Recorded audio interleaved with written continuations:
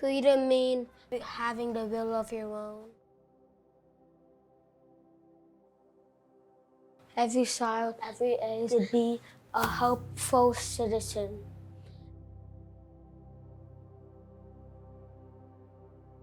If you don't choose to help, that's okay.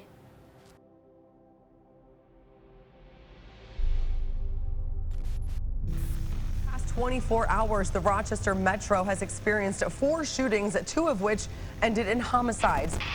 We are seeing over and over again blatant disregard for life.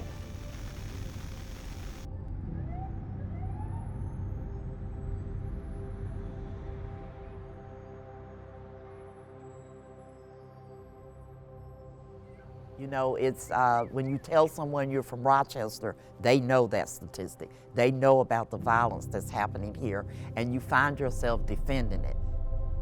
This morning, today, Mayor Malika Evans and other city leaders gathered to call for justice and the community to step up.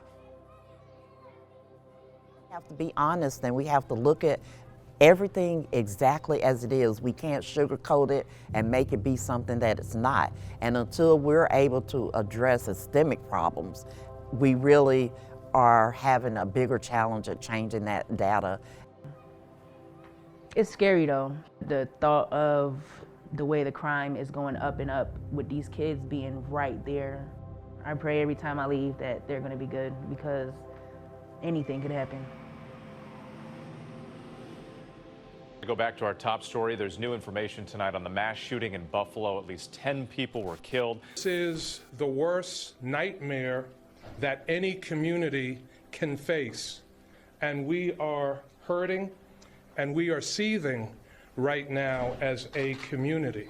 I think that before the mass shooting, a lot of our young people, a lot of the people in our community, period, were feeling like we weren't heard, we weren't seen, and that we were a commodity to this nation. And the mass shooting only further deepened that belief in people's self.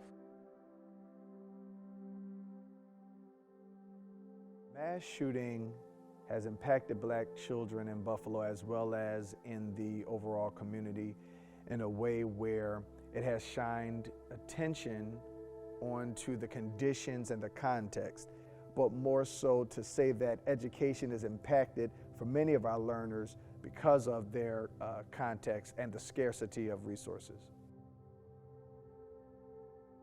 I think it shattered a lot of our youth.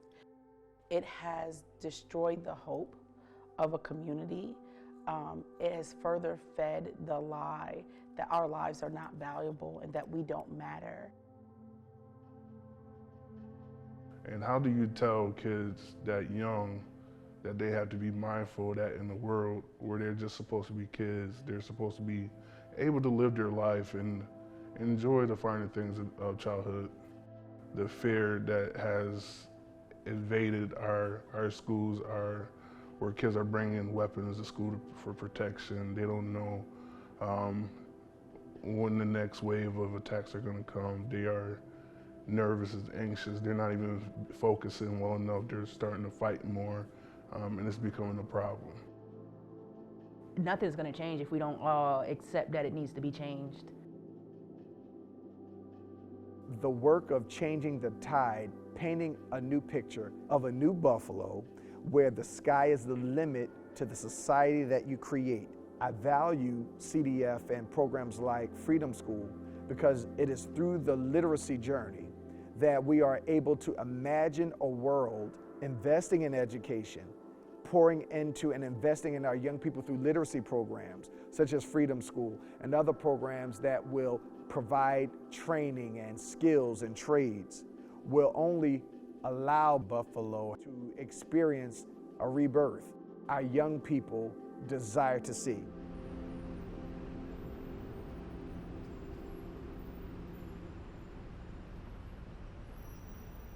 My name is Jose Perez, and I'm the project manager on the Youth Empower project.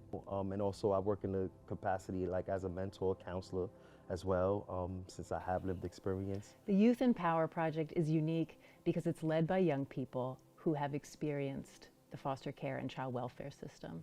And so everything that we do in this work is centered in their wisdom, in the experience that they bring, and the leadership that they deliver in the work every day.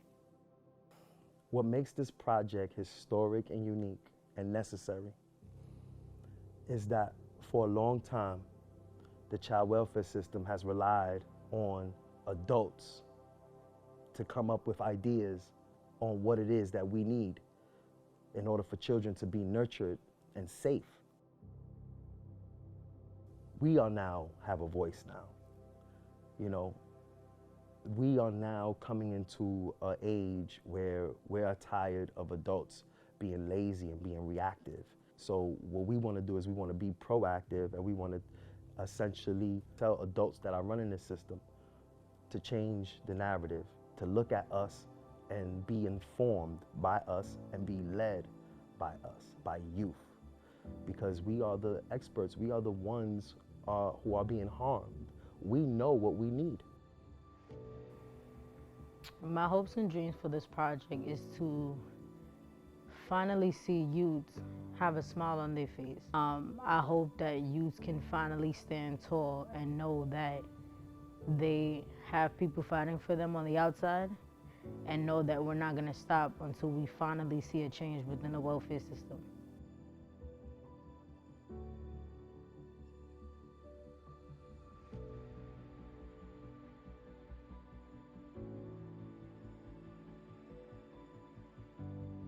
And so I really love the whole aspect of Freedom School and how it brings us full circle with issues in our community, social justice. So it's just a win-win all the way around. You know, I'm appreciative for CDF-NY for coming as a result of the mass shooting to see how can we help. And it was interesting that as they came, they began to see, because of the tragedy, that there is a need for CDF-NY Freedom Schools.